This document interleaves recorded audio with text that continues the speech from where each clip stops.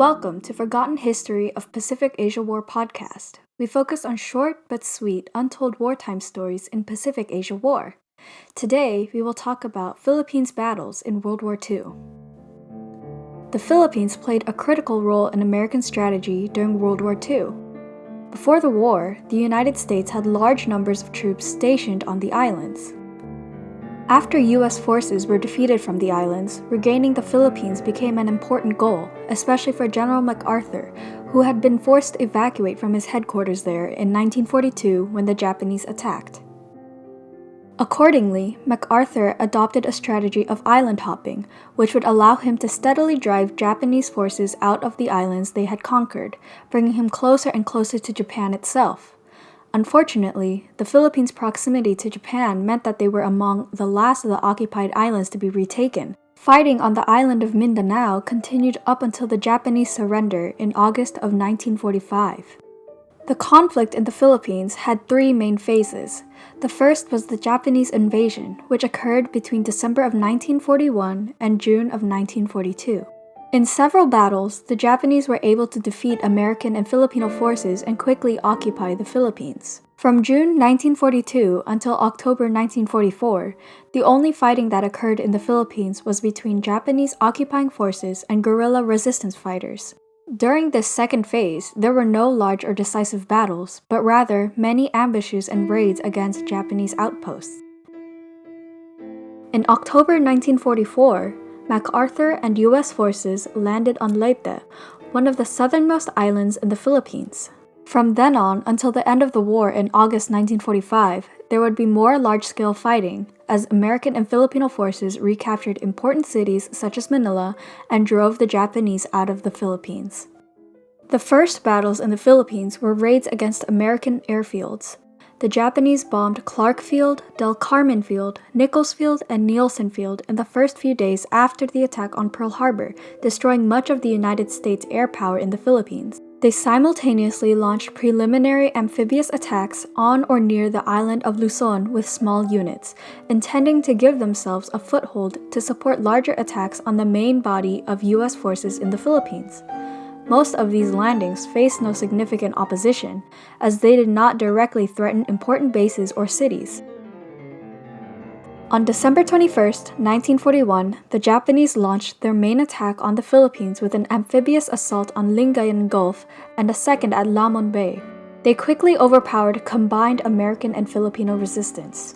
This was a disaster for MacArthur, who had based his entire plan for the defense of the Philippines on being able to maintain a strong defense against amphibious landings by the Japanese. Moreover, the Japanese troops landed at Lamon Bay and Lingayen Gulf were easily able to attack Manila, where American headquarters were located. MacArthur decided to evacuate the city of Manila, relocating his headquarters and the seat of Philippines government to Corregidor, an island fortress in Manila Bay. Unable to carry out his original plan of defending the coast, MacArthur carried out War Plan Orange 3, which called for delaying the Japanese advance at predetermined points in and along the Bataan Peninsula until reinforcements could arrive from America. This plan had been written with the assumption that the fleet at Pearl Harbor would be able to come to the defense of the Philippines, but with the destruction of those forces, there would be no reinforcements coming.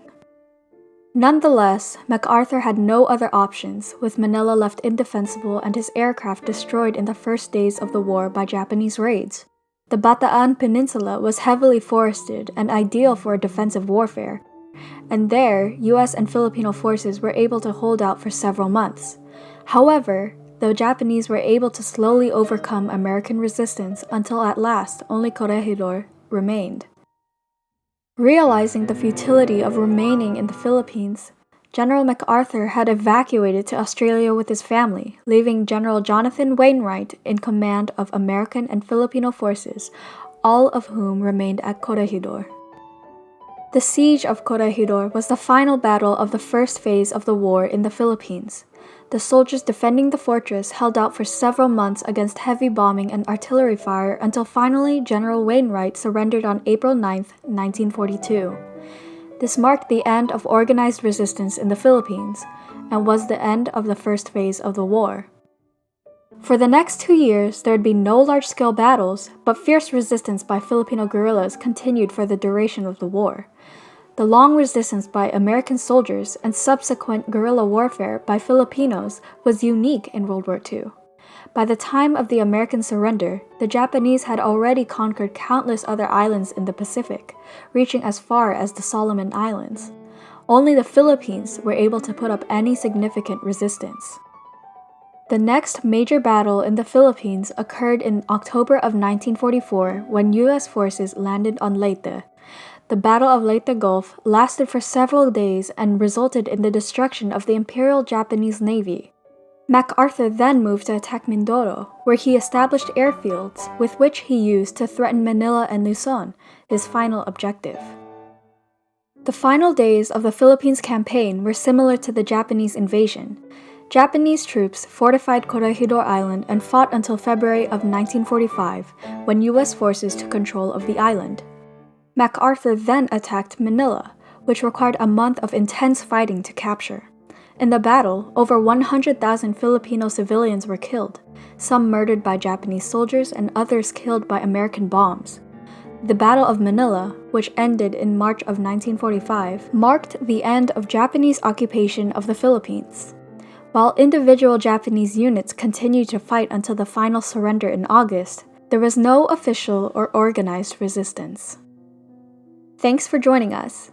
Please subscribe to our YouTube channel and like our video so we can show forgotten history to more people.